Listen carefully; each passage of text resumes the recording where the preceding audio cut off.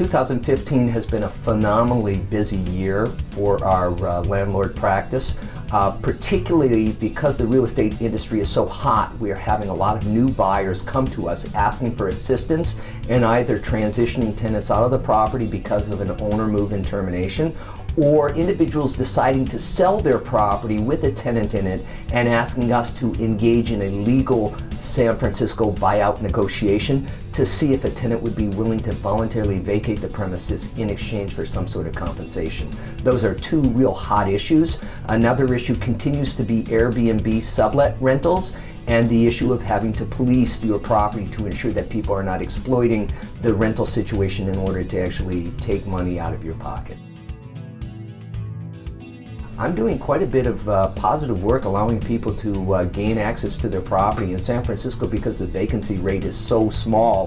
When people buy property, they're often buying their first home, but before they can actually move into their home, they're actually having to do an owner move-in termination. I take great pride in making sure that homeowners who have just stretched for an extremely expensive property have actually the ability to actually use the property by using our office to actually effectuate that termination with proper documentation and done correctly according to law. It's pretty cumbersome.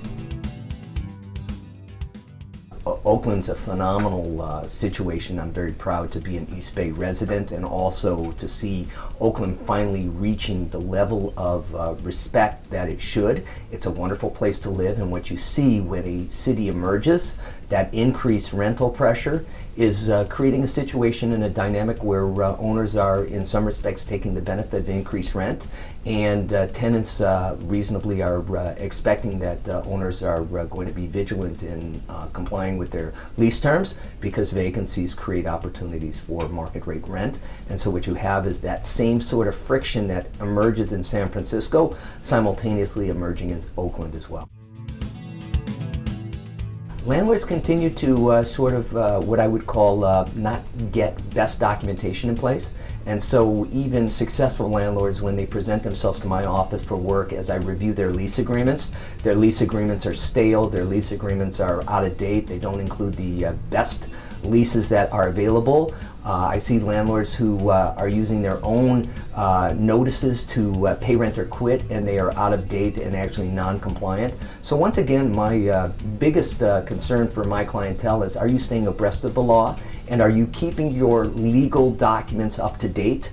And if you're not, contact our office. We're happy to provide you proper documents so that you can use and be effective and not be in a situation where you're making mistakes simply because you're not keeping abreast of the law.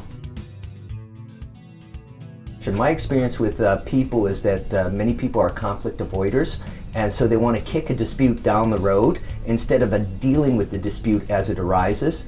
And so a lot of times inertia sets in, and so a owner comes to me after 4 rent payments haven't been made, and they don't recognize that the unlawful detainer action may take another 3 months. So by the end of it, they're out 7 months of rent, when had they been proactive in reaching out to me immediately, they would have only lost likely 3 months of rent. So my suggestion is be proactive, address a dispute, and don't have wishful thinking that the matter is going to resolve without a little bit of legal work.